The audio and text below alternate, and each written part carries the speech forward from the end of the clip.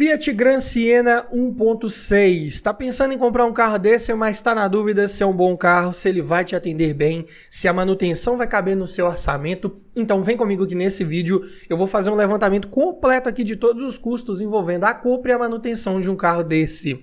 Vamos falar aqui de documentação, seguro, cesta de peças completa, lista de equipamentos, parte mecânica, consumo, pontos positivos e negativos, tudo em detalhes. Então se já gostou do tema, não esquece de deixar aquele like no começo do vídeo para fortalecer o canal, se inscreva se ainda não for inscrito. Eu sou o Paulo Silva e esse é o Bate-Papo Automotivo.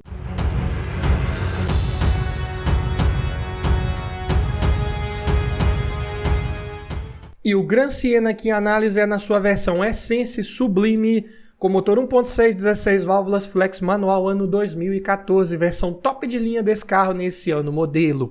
E vamos começar falando aqui dos custos envolvendo a compra de um carro desse.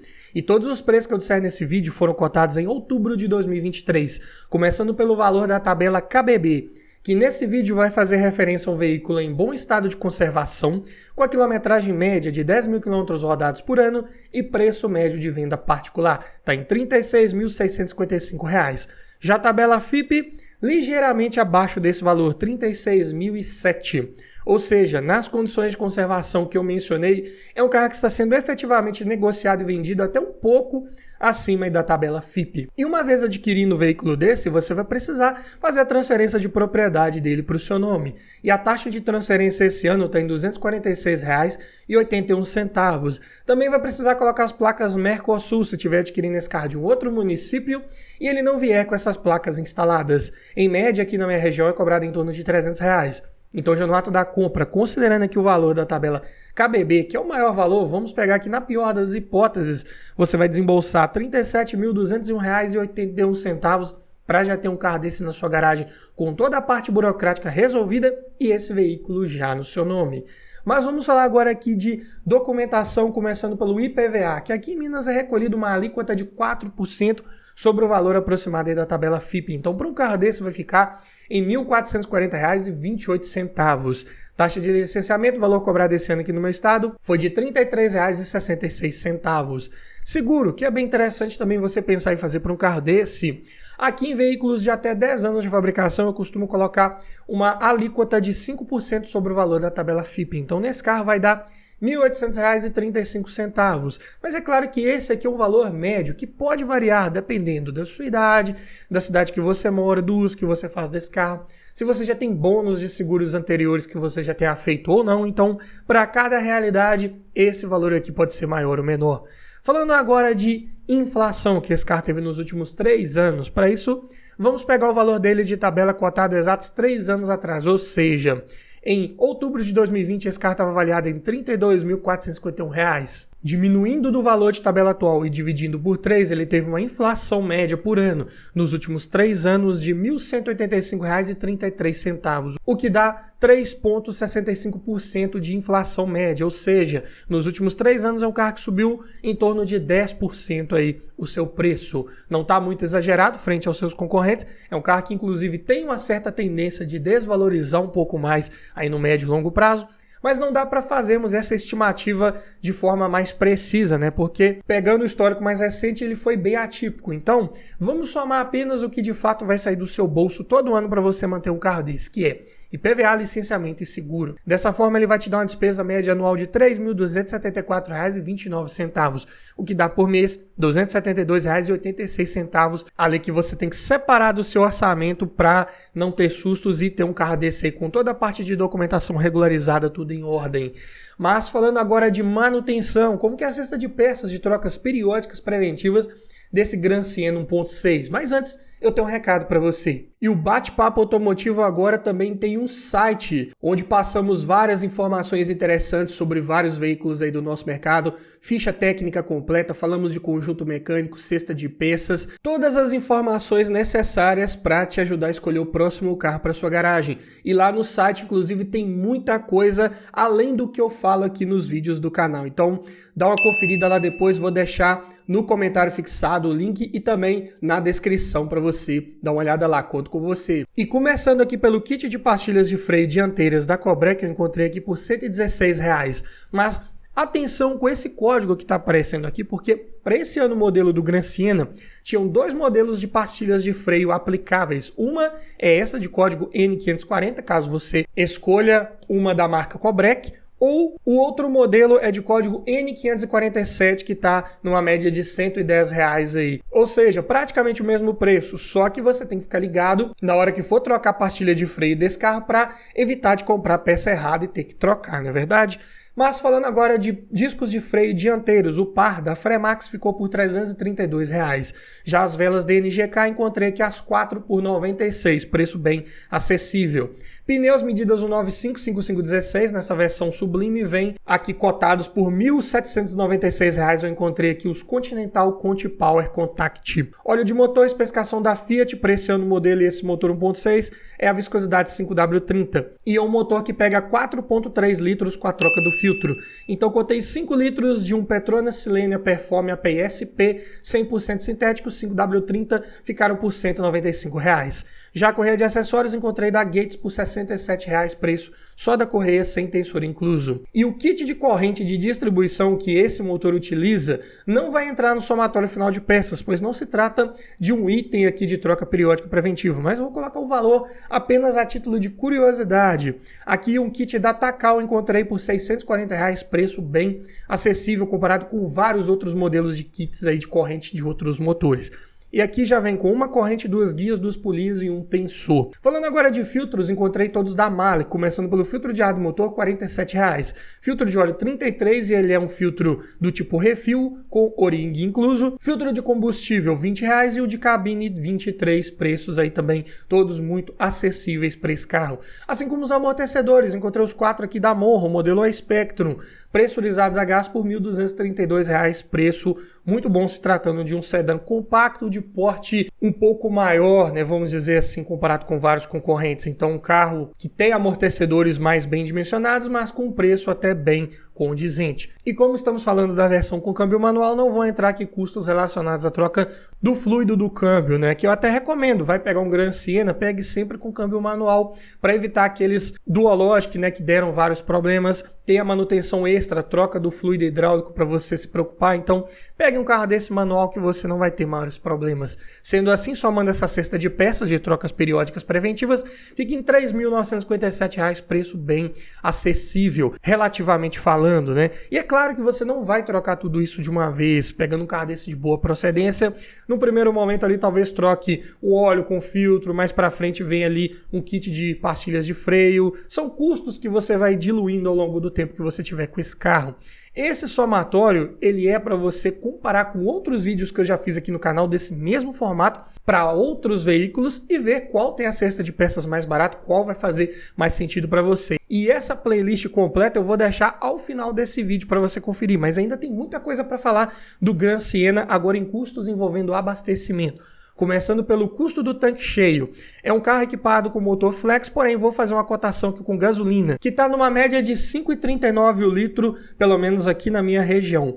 E esse carro tem um tanque de 48 litros de capacidade, então fica em R$ 258,72 para enchê-lo. E como que é o consumo, falando aqui em dados oficiais? Na cidade é um carro que faz 6,9 km por litro com etanol, 10 km por litro com gasolina. Estrada 8,5 no etanol, 12,6 na gasolina. Números aí, na média, se tratando de um motor 1.6, que até tem uma fama de ser um pouco mais beberrão, mas na prática você pode conseguir números até melhores do que esses aí mencionados, desses oficiais, dependendo da sua forma de guiar, do trajeto e do trânsito que você pegar. Mas ainda falando em dados oficiais, agora na parte de autonomia, com um tanque cheio de etanol dentro da cidade, esse carro pode rodar 331 km, com gasolina 480. Na estrada com etanol 408 km, com gasolina 605. O consumo é apenas mediano, aqui em dados oficiais, né, é claro, e o tanque de combustível ele é relativamente pequeno, então a autonomia não vai ser das melhores, podendo ser um pouco melhor na prática se você conseguir médias melhores aí de consumo.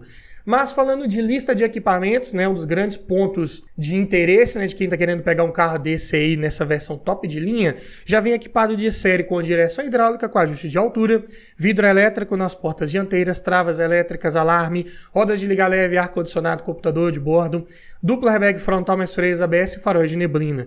E opcionais de vidro elétrico nas portas traseiras, retrovisores elétricos, faróis e limpadores de acionamento automático, retrovisor fotocrômico, controlador de velocidade, teto solar elétrico, duplo airbag lateral e sensor de estacionamento traseiro. Então, é um carro até bem equipado, desde que você pegue com a maioria dos itens aí opcionais disponíveis, né? Tinha vários opcionais interessantes, olha só, teto solar elétrico. Na categoria dos compactos, né? Era difícil encontrar esse item, então ponto bem positivo. Só que de série não vinha nem com vidro elétrico nas portas traseiras, então você tem que procurar com um pouco mais de calma para encontrar um mais bem equipado para te dar mais comodidade, conforto a bordo, tecnologia embarcada e também facilitar a revenda desse carro.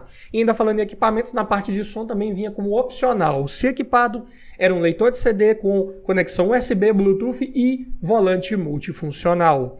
Mas falando agora aqui de conjunto mecânico, que é um ponto de dúvida de quem está querendo pegar esse carro, aquele equipado com motor da linha e-Torque, bem utilizado aí pela Fiat, motor inclusive bem resistente, bem confiável, de comando de válvulas simples no cabeçote acionado por corrente, como eu já mencionei, então a manutenção a menos para você se preocupar. E esse 1.6 entrega uma potência de 115 cavalos na gasolina, 117 no etanol, a 5.500 RPMs. E um torque de 16.2 kgfm na gasolina, 16.8 no etanol, a 4.500 RPMs. Números muito bons. Só que é um torque que chega num giro mais elevado. Então é um motor que você tem que esticar mais marcha para ver todo esse desempenho aparecer. E a consequência disso, infelizmente, é um consumo de combustível mais elevado aí em estrada, principalmente se você quiser andar um pouco mais rápido. Mas é um carro até relativamente leve, o peso dele é 1.141 kg, então entrega uma relação de peso-potência de 9,8 kg por cavalo e o 0 a 100 é feito em 9,9 segundos. Então, se você quiser desempenho, você vai ter com esse carro aí sem maiores dificuldades. O câmbio é manual de 5 marchas, C510, bem confiável, bem resistente, só que de engates imprecisos. Você tem que se acostumar ali com a posição das marchas, principalmente terceira e quinta. Para quem não está acostumado com o Fiat, no primeiro momento pode se atrapalhar um pouco ali. Mas depois de um tempo rodando com esse carro, você vai bem, se acostuma também sem maiores problemas. Suspensão simples McPherson na dianteira, eixo de torção na traseira, configuração mais voltada para uma menor complexidade mecânica, o que é ótimo para facilitar a manutenção, não deixar a manutenção desse carro tão cara, assim como o sistema de freios é disco ventilado na dianteira e tambor na traseira, e a direção de assistência hidráulica convencional. Porta-malas tem ótimos 520 litros de capacidade, maior que muito sedã médio, inclusive, e ainda conta com banco traseiro rebatível, caso você queira aumentar ainda mais essa capacidade de carga, bem positiva aí para esse carro. E já que estamos falando de pontos positivos, né? É um veículo que entrega um motor bem resistente, bem confiável da linha e-Torque, sem maiores relatos de defeitos, problemas crônicos, boa oferta de peças no mercado, tudo se resolve com muita facilidade. Grande maioria das peças aí de preços bem acessíveis, como acabamos de ver, na verdade. Carro de bom desempenho, boa qualidade até do acabamento interno, boa textura ali dos revestimentos de uma forma geral, tanto em painel quanto forros de porta, bancos em tecido de excelente qualidade, bem confortáveis de se estar a bordo. Carro de até bom espaço interno para quem vai no banco traseiro, aí comparado com seus concorrentes. Excelente capacidade de porta-malas, boa lista de equipamentos, desde que você pegue com a maioria daqueles opcionais que eu já citei. E também um carro bem confortável ao rodar, suspensão mais voltada para essa característica. Por essas e outras razões, carro também é de excelente custo-benefício, entrega bastante pelo valor que ele cobra aí na casa dos 36 mil aí, um sedã compacto ano 2014. Mas é claro que ele tem seus pontos de atenção. O consumo pode ser mais elevado, ainda mais se você quiser andar um pouco mais rápido com esse carro. Infelizmente vai ter que esticar mais as marchas. Além disso, visibilidade traseira não é das melhores. É um carro de tampa de porta-malas mais alta, o que acaba incomodando um pouco ali numa situação de manobra. Estabilidade também não é das melhores comparado com vários concorrentes, por ter uma suspensão mais focada no conforto ao rodar. Ela é de curso um pouco maior dos amortecedores, ela é uma suspensão mais macia que não passa aquela estabilidade tão boa assim ao fazer curvas. Não é aquela suspensão que vai te assustar ali, né? Se você estiver andando normalmente aí numa velocidade padrão da via, não vai ter maiores problemas. Também é muito comum de estourar coxins dos amortecedores aí no Gran Siena, tanto os dianteiros quanto os traseiros. E são peças que não vale a pena você colocar mais baratas, né, paralelas ali de qualidade inferior. Você vai economizar na hora de comprar a peça, só que ela não vai ter uma durabilidade boa. Então, vai ter que fazer o mesmo serviço 2 vezes? Já compre um coxinha aí, pelo menos de primeira linha ou original, se possível, para você ter uma boa durabilidade. E também é um carro que tem um maior índice de roubo aí comparado com alguns concorrentes. A consequência disso é que o seguro desse veículo também pode ser um pouco mais caro. Mas para te mostrar mais detalhes ainda sobre o Gran Siena, até em outras versões, eu também já fiz um vídeo completo de avaliação. Mostrei lá todos os detalhes internos, externos, levei esse carro para dar uma volta, passei todas as minhas impressões ao volante e eu vou deixar aqui desse lado esse vídeo para você assistir. E desse lado aqui, para você que ainda está na dúvida entre um Gran Siena e um outro carro, essa playlist aqui tem vários outros vídeos nesse mesmo formato que você acabou de assistir, para você fazer aquele comparativo, como eu já falei, e poder escolher o melhor carro para sua garagem. No mais é isso, obrigado por assistir, aquele abraço e até o próximo vídeo.